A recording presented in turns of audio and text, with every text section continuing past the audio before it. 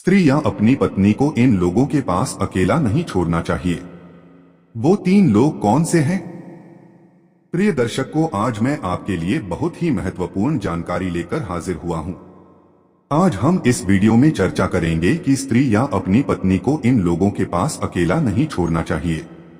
दर्शकों, आपसे निवेदन है कि वीडियो को बिना स्किप किए पूरा सुनिएगा। दोस्तों, प्रिय दर्शकों, आइए इसे एक कहानी के माध्यम से समझते हैं और जानते हैं ऐसी कौन सी जगह होती हैं और कौन लोग होते हैं जहां स्त्री पत्नी को अकेला नहीं छोड़ना चाहिए। दर्शक को किसी नगर में एक धर्मा नाम का व्यक्ति रहता था। उसकी पत्नी बहुत सुंदर थी। धर्मा अपनी पत्नी से बहुत प्रेम करता था और उसकी पत्नी भी बहुत पतिव्रता थी। एक दिन व्यापार के सिलसिले में उसे दूसरे प्रांत में जाना था और वहां कई दिन तक रुकना था। इसलिए धर्मा ने अपनी पत्नी सहित दूसरे राज्य में जाने का निश्चय किया। दर्शकों, जब वह चलने लगा तो एक लुटेरे ने उसे घेर लिया और उसके पास मौजूद पैसे और आभूषण छीन लिए। चोरों ने उसका सारा धन लूट लिया। उसकी पत्नी के सारे आभूषण उतार लिए। अब वह निर्धन हो गया था। अब उसके पास इतने पैसे भी नहीं थे कि वह कोई छोटा मोटा व्यवसाय करके अपना गुजारा कर सके।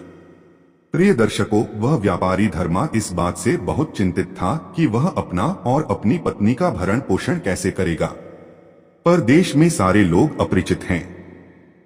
आजकल बिना वजह कौन किसकी मदद करता है, यही बातें सोचते सोचते धर्मा एक नगर के निकट पहुंचा। वहां उन्हें एक महात्मा जी का आश्रम दिखाई दिया।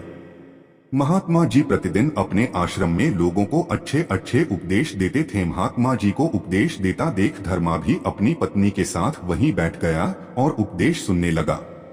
दर्शकों, थोड़ी देर के बाद महात्मा जी के उपदेश बंद हो गए।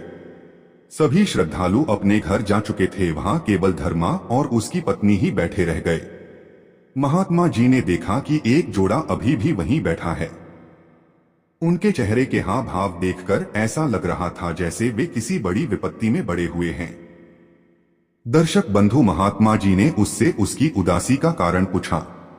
धर्मा ने बताया, महाराज, मैं अपनी पत्नी के साथ व्यापार करने के लिए विदेश जा रहा था। रास्ते में एक डाकुओं ने मेरा धन लूट लिया। अब मेरे पास एक पैसा भी नहीं बचा। मुझे यह सोचकर बहुत दुख हो रहा है कि परदेश में बिना पैसे के मैं कैसे जीवित रहूंगा। क्या मैं खुद खाऊंगा और क्या अपनी पत्नी को खिलाऊंगा? धन के बिना तो मैं कोई काम भी नहीं कर सकूंगा। अब एक ही रास्ता है, कृपया मेरी पत्नी को कुछ दिनों के लिए किसी साहूकार के पास गिरवी रख दें। बदले में मुझे जो भी धन मिलेगा मैं कुछ ही दिनों में ब्याज सहित साहूकार को लौटा दूंगा और अपनी पत्नी को छुड़ा ले जाऊंगा। धर्मा ने कहा, मैं इस शहर में किसी को नहीं जानता, इसीलिए मैं आपकी शरण में आया हूं। आप जरूर किसी को जानते होंगे, क्योंकि ऐसा कहा जाता है कि किसी भी स्त्री को कभी भी अपरिचित शहर और अप्रत्यक्ष घर में अकेला नहीं छोड़ना चाहिए। धर्मा की बात सुनकर महात्मा जी बोले, वत्स, दुखी मत हो, मैं तुम्हारी पत्नी को किसी साहूकार के घर छुड़वा देता हूँ। जब तुम्हारे पास पैसा हो जाए तो अपनी पत्नी को ले जाना। मेरे प्रिय दर्शकों, इतना कहकर महात्मा जी धर्मा और उसकी पत्नी को अपने एक परिचित साहूकार के घर ले गए। साहूकार ने धर्मा की पत्नी को अपने घर गिरवी रख लिया और जितने उसने पैसे मांगे थे उतने उसे दे दिए। धर्मा ने कहा, सेठ जी, मैं आपके पैसे ब्याज सहित चुकाकर अपनी पत्नी को कुछ दिनों में छुड़ा ले जाऊंगा। प्रिय दर्शकों, इतना कहकर धर्मा वहां से चला गया और वह दूसरे शहर में जाकर व्यापार करने लगा। इधर धर्मा की पत्नी को देखकर साहूकार की नीयत खराब होने लगी, क्योंकि धर्मा की पत्नी देखने में बहुत सुंदर थी। साहूकार सोचने लगा कि क्यों ना मैं इसे अपनी पत्नी बना लूं। जब इसका पति इसे लेने आएगा तो मैं उसे झूठ बोलकर समझा दूंगा कि वह मर चुकी है। प्रिय दर्शकों, यह सोचते हुए वह साहूकार धर्मा की पत्नी के पास गया और उससे इधर उधर की बातें करने लगा और पूछने लगा, देखो, तुम कहाँ उस भिखारी के चक्कर में पड़ रही हो? तुम हमारी स्त्री क्यों नहीं बन जाती? मैं तुम्हें जीवन भर रानी की तरह रखूंगा। साहूकार की ऐसी बातें सुनकर धर्मा की पत्नी डर गई और सोचने लगी कि यदि मैंने अभी मना किया तो कहीं यह मेरे साथ जबरदस्ती न कर दे। मुझे नहीं पता कि मेरे पति कब वापस आएंगे। मैं भला एक अबला नारी इस हट्टे कट्टे साहूकार का क्या कर सकती हूँ? इस समय मुझे युक्ति से काम लेकर अपने धर्म की रक्षा करनी होगी। दर्शकों, ऐसा सोचकर धर्मा की पत्नी साहूकार से मीठी मीठी बातें करती हुई बोली, देखो मैं तुम्हारी पत्नी बनने के लिए तैयार हूं, लेकिन पहले तुम्हें मुझे 1 साल तक अपनी बेटी बनाकर रखना होगा। 1 साल बाद मैं तुम्हारी पत्नी बन जाऊंगी। मेरे प्रिय दर्शक बंधु, साहूकार ने सोचा कि 1 वर्ष भला कितना बड़ा होता है, जल्द ही बीत जाएगा, उसके बाद तो यह हमारी पत्नी बनेगी ही। यह सोचकर साहूकार धर्मा की पत्नी को शहर में अपने दूसरे घर पर रखने लगा ताकि किसी को पता न चले कि यहाँ कोई स्त्री रहती है। प्रिय दर्शकों, इधर धर्मा ने व्यापार करके ढेर सारा धन इकट्ठा कर लिया तो सोचा कि क्यों ना मैं सेठ के पैसे लौटाकर अपनी पत्नी को छुड़ा लूं। अब धर्मा धन लेकर उस साहूकार के पास आया और उसे धन देते हुए अपनी पत्नी को मांगने लगा। धर्मा को आता देख साहूकार थोड़ा दुखी हुआ और बोला कि भाई मुझे माफ कर दो, मैं आपकी पत्नी नहीं लौटा सकता क्योंकि आपकी पत्नी की मृत्यु हो चुकी है। मैंने उसका बहुत इलाज करवाया लेकिन मैं उसे बचा नहीं सका। प्रिय दर्शकों, साहूकार के मुख से अपनी पत्नी की मृत्यु का समाचार सुनकर धर्मा को बहुत दुख हुआ। कहने लगा, सेठ जी अब जो हुआ सो हुआ, लेकिन आप अपने पैसे ले लीजिए, मेरे सिर से आपके ऋण का भार उतर जाएगा। तब साहूकार उसे समझाता हुआ बोला, देखो भाई आपकी पत्नी मर चुकी है। तब साहूकार उसे समझाता हुआ बोला, देखो भाई आपकी पत्नी मर चुकी है, इसीलिए पैसे आप ही रख लो, मुझे आपसे पैसे नहीं चाहिए। अब धर्मा दुखी मन से उन्हीं महात्मा जी के पास लौटा और सारी कहानी बताई कि जब ने साहूकार के पास पैसे वापस करने गया तो साहूकार ने मुझे बताया कि मेरी पत्नी मर गई है। मैं साहूकार को उसका पैसा लौटाता रहा लेकिन इन साहूकार ने मुझसे पैसा नहीं लिया। मेरे प्रिय दर्शक बंधुओं, महात्मा जी बड़े ही सिद्ध पुरुष थे। वे सब समझ गए कि साहूकार की नियत में खोट है। वह जानबूझकर धर्मा की पत्नी को वापस नहीं कर रहा है। महात्मा जी ने कहा, बेटा निराश मत हो, तुम्हारी पत्नी अभी मरी नहीं है, यह सेठ के पास है, लेकिन सेठ इसे वापस नहीं करना चाहता। तुम एक काम करो, तुम यहाँ के राजा के पास जाओ और गुस्सा होकर की शिकायत करो। उम्मीद है कि राजा आपकी पत्नी को दिलवा दे। महात्मा जी के बताए अनुसार धर्मा राजा के दरबार में पहुंचा और पूरी कहानी सुनाई कि सेठ उसकी पत्नी को नहीं लौटा रहा है। वो कह रहा है कि मेरी स्त्री मर गई है। धर्मा की बात सुनकर राजा ने सेठ को तुरंत दरबार में बुलाया और धर्मा की पत्नी को उसे देने को कहा। तो साहूकार ने कहा, महाराज जब इसकी पत्नी ही मर गई तो मैं कहां से दूं? मैंने उसे बचाने की बहुत कोशिश की लेकिन मैं उसे बचा नहीं सका। यदि आपको मेरी बातों पर विश्वास ना हो तो उस वैद्य से पूछ लीजिए जिसने उसका इलाज किया था। उन 4 लोगों से पूछ लीजिए जिन्होंने उसका अंतिम संस्कार किया।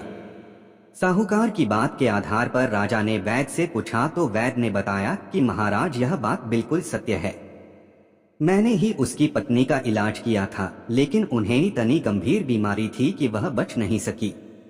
राजा ने उन 4 लोगों से पूछा जो उसे दफनाने गए थे, उन्होंने भी वैसा ही कहा जैसा सेठ ने उन्हें सिखाया था। अब राजा ने धर्मा से कहा कि देखो तुम्हारी पत्नी सचमुच मर गई है, अब तुम इसे ईश्वर की इच्छा समझकर संतुष्ट रहो। लेकिन धर्मा राजा के निर्णय से संतुष्ट नहीं हुआ। वह वापस उन्हीं महात्मा जी के पास आया और पूरी बात बताई। महात्मा जी ने कहा, फिर अब तुम दोबारा राजा के पास जाओ और राजा से कहो कि आपने न्याय ठीक नहीं किया है, इसलिए आप महात्मा जी को 2 घंटों के लिए राजा बना दीजिए। महात्मा जी हमें न्याय अवश्य देंगे। मेरे प्रिय दर्शकों, धर्मा ने जाकर राजा से भी यही बात कही। राजा ने सोचा चलो कोई बात नहीं है, बस 2 घंटे की बात है, हम महात्मा जी को 2 घंटे के लिए राजा बना देंगे। अब तो राजा ने 2 घंटे के लिए महात्मा जी को अपनी गद्दी पर बैठा दिया और राजा के सारे अधिकार महात्मा जी को दे दिए। महात्मा जी ने तुरंत सेठ और उसके गवाहों को दरबार में बुलाया और सबसे पहले वैद्य से पूछा कि क्या तुमने धर्मा की पत्नी का इलाज किया था? वैद्य ने कहा, हाँ महाराज, मैंने उस महिला का इलाज किया था। महात्मा जी ने फिर पूछा, तो यह बताओ साहूकार उस स्त्री को लेकर इलाज कराने तुम्हारे पास आता था या तुम साहूकार के घर जाते थे? वैद्य ने कहा, महाराज न तो साहूकार उस स्त्री को लेकर मेरे पास आता था और न ही मैं उसके घर जाता था।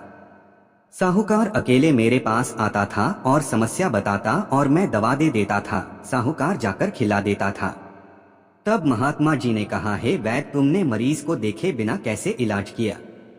मुझे लगता है कि तुमने दवा के बदले उसे जहर देकर मार दिया है। इसीलिए धर्म की पत्नी की मृत्यु के जिम्मेदार तुम हो। तुम्हें कठोर सजा के रूप में मैं 100 कोड़े मारने की सजा देता हूँ। महात्मा जी के आदेश पर राजा के सिपाहियों ने उस वैद्य को 100 कोड़े मारने की सजा दी गई। दर्शकों, अब वैद्य ने सब कुछ कबूल कर लिया कि उसने किसी भी महिला का इलाज नहीं किया है। साहूकार ने झूठ बोलने के बदले मुझे 500 मोहरे दिए थे। दर्शकों, कुछ समय बाद महात्मा जी ने उन 4 लोगों को दरबार में बुलाया जिन्होंने शव को दफनाया था और सेठ की तरफ से गवाह बनकर आए थे। महात्मा जी ने उन 4 से पूछा कि बताओ कि तुमने ही धर्मा की पत्नी का अंतिम संस्कार किया था। उन 4 ने उत्तर दिया, हाँ श्रीमान। और जब महात्मा जी ने कहा, एक बात बताओ, अंतिम संस्कार से पहले मृत को नहलाया जाता है। जब तुम उसे दफनाने के लिए ले गए थे तो क्या तुमने उस मृतक का शरीर देखा था? 4 व्यक्ति बोले, नहीं महाराज, जब हम पहुंचे तो सेठ ने उसे अर्थी पर रख दिया था। हमने उसे उठाया और शमशान में दफना दिया। महात्मा जी ने कहा, एक बात बताओ, क्या पता साहूकार ने उस अर्थी में किसी जीवित व्यक्ति को रख दिया हो जो किसी विषैले पदार्थ के नशे में बेहोश पड़ा हो। हमें लगता है कि तुमने किसी जीवित व्यक्ति को दफना दिया है, इसलिए तुम 4 को इस अपराध के लिए कठोर दंड दिया जाए। यह कहकर महात्मा जी ने उन 4 को 100 कोड़े मारने की सजा दी। राजा के सिपाही उन 4 गवाहों पर सैकड़ों कोड़े बरसाने लगे। अब उसने रोते हुए कबूल किया कि साहूकार ने इस काम के लिए हमें 100 रुपए दिए थे। दर्शकों, वैद्य और उन गवाहों के ऊपर 100 कोड़े पड़ते देख साहूकार की रूह कांपने लगी। वो डर के मारे थर थर कांप रहा था। महात्मा जी ने अब साहूकार को बुलाया और उससे कहा, तुम्हें भी 100 कोड़े के साथ 3 वर्ष की कारावास की सजा सुनाई जाती है। मेरे प्रिय दर्शक बंधुओं, सजा सुनते ही साहूकार का सारा झूठ सामने आ गया। उसने धर्मा की पत्नी को बुलाया और उसे सौंप दिया और अपने किए पर माफी मांगने लगा। महात्मा जी ने कहा कि जो व्यक्ति विश्वासघात करता है उसकी सजा क्षमा के योग्य नहीं होती और साहूकार को जेल में डाल दिया गया और धर्मा अपनी पत्नी के साथ अपने नगर लौट आया। कहते हैं, चाहे कोई कितना ही विश्वासी क्यों ना हो, उस पर भी विश्वास नहीं करना चाहिए। यदि कोई ज्यादा ही विश्वासी है तो भी उसकी छुपकर परीक्षा कर लेनी चाहिए। ऐसा कहा जाता है कि यह 3 चीजें दूसरों के हाथ में देने से उन्हें वापस आना बहुत मुश्किल हो जाता है। पहला है स्त्री, दूसरा है धन, तीसरा है कमाई का साधन। इन 3 चीजों को देखकर इंसान की नीयत खराब हो जाती है। इन्हें कभी भी दूसरों को नहीं देना चाहिए और अगर देना ही है तो उन्हें दे जो आपके प्रति बहुत वफादार हो। खास तौर पर जब बात पैसों और महिलाओं की हो तो कभी भी किसी पर भरोसा नहीं करना चाहिए, क्योंकि पैसा देखकर लालच पैदा होता है और स्त्री को देखने से वासना जगती है। लोभी सदैव झूठ का आश्रय लेते हैं। प्रिय दर्शकों, आपको यह कहानी कैसी लगी कृपया अपनी राय कमेंट में दें और हाँ, हमारे वीडियो को लाइक करें और इस वीडियो को अपने दोस्तों और परिवार के साथ शेयर करें और सब्सक्राइब करें। आपका जीवन मंगलमय हो, इसी कामना के साथ मिलते हैं। अगले वीडियो में आपका बहुत बहुत धन्यवाद।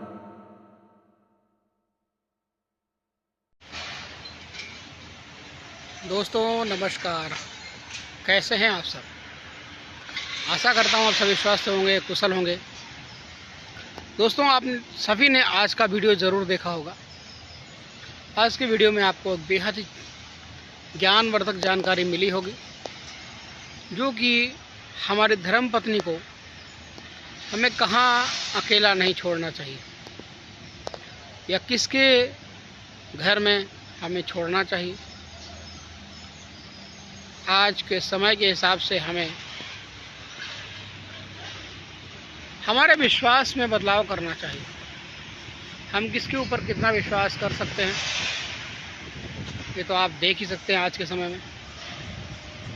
तो दोस्तों, आप सभी ने आज का वीडियो देखा है। क्या आपने कभी भी अपनी धर्मपत्नी को कहीं पर भी ऐसी परिस्थिति में छोड़ा है?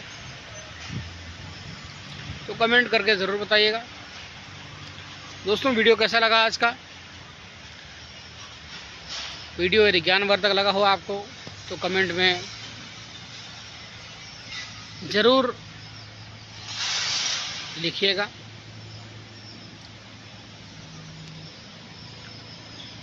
चलिए कल फिर मिलते हैं एक नई वीडियो में एक नई जानकारी के साथ।